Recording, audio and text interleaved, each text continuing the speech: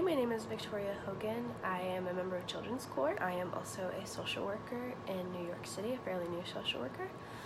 I wanted to talk a little bit about my experience with working with LGBTQ youth. So just as a little bit of background, I got a case where a lot of the other workers were giving me information about this youth, their gender identity, sexual orientation, things along those lines, and I want to give advice to anybody who inherits a case like this that you should never go into that relationship assuming anything.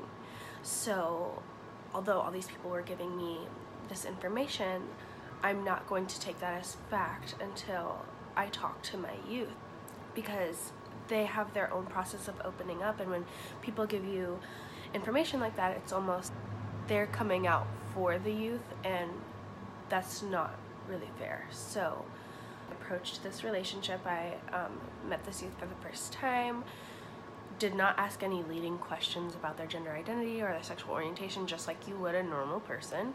I, for lack of a better word, was very blessed because in my first meeting with my youth, she said, I'm transgender, I want to go by female pronouns, was just very open to conversation. I'm lucky in that way because a lot of youth take a lot more time to open up and come out and give you that really personal, vulnerable information, and thank the youth when they do get to that point.